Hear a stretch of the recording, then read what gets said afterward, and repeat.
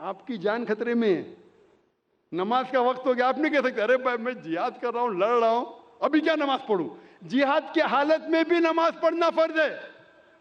ایک گروہ نماز پڑھے ہتھیار کے ساتھ، دوسرا گروہ دیکھ بھال کرے کہ کوئی دشمن ہم پہ حملہ نہ کرے۔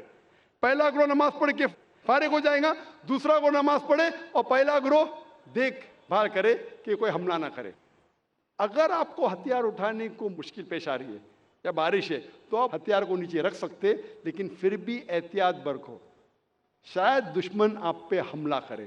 جنگ کی حالت میں جب نماز ترک کرنے کی اجازت نہیں ہے، نماز چھوڑنے کی اجازت نہیں ہے، تو آپ سوچ سکتے کوئی بھی بہانہ نہیں چڑھے گا نماز نہیں پڑھنے کے لیے۔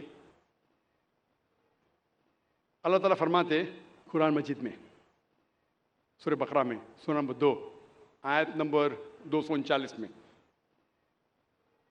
کہ اگر دشمن آپ کے پیچھے ہے تو آپ نماز چلتے چلتے بھی پڑھ سکتے ہیں، سواری پہ بھی پڑھ سکتے۔ اگر دشمن آپ کے پیچھے ہے، آپ رک کے نماز نہیں پڑھ سکتے، رک کے نماز پڑھو دشمن حملہ کریں گے، تو چلتے چلتے نماز پڑھو، سواری پہ، اونٹ پہ، گاڑی میں نماز پڑھ سکتے۔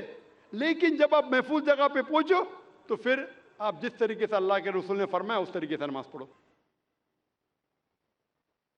اللہ تعالیٰ فرماتے ہیں سورہ نساء میں سورہ نمبر 4 آیت نمبر 103 میں کہ جب آپ کو کوئی تکلیف ہے، سفرنگ ہے، بیماری ہے، کھڑے رہ کے نماز نہیں پڑھ سکتے بیٹھ کے پڑھو، بیٹھ کے نہیں پڑھ سکتے تو سائڈ پہ لیٹ کے پڑھو، لیکن نماز پڑھو۔ اگر آپ بیمار بھی، آپ نہیں کہہ سکتے میں بیمار ہوں تو نماز نہیں پڑھ سکتا ہوں، کھڑے نہیں ہو سکتے تو بیٹھ کے پڑھو، بیٹھ کے نہیں پڑھ سکتے تو سائڈ پہ لیٹ کے پڑھو، لیکن پڑھو۔ اللہ کے رسول فرماتے صحیح بخاری میں جلد نمبر 2 حدیث نمبر 218 میں ایک شخص جس کو ہیمورائڈز ہوتا ہے، پائلز ہوتا ہے، وہ آتا اللہ کے رسول کے پاس، اور اللہ کے رسول فرماتے کہ اگر آپ نماز کھڑے ہو کے نہیں پڑھ سکتے تو بیٹھ کے پڑھو، بیٹھ کے نہیں پڑھ سکتے تو کم از کم سائڈ پر لیٹ کے پڑھو۔ اللہ پھر سے پیغام دہراتے سورہ ال عمران میں سورہ نمبر 3 آیت نمبر 191 میں کہ آپ اللہ کو یاد کرو، نماز پڑھو کھڑے ہو کے، بیٹھ کے، سائڈ پہ لیٹ کے۔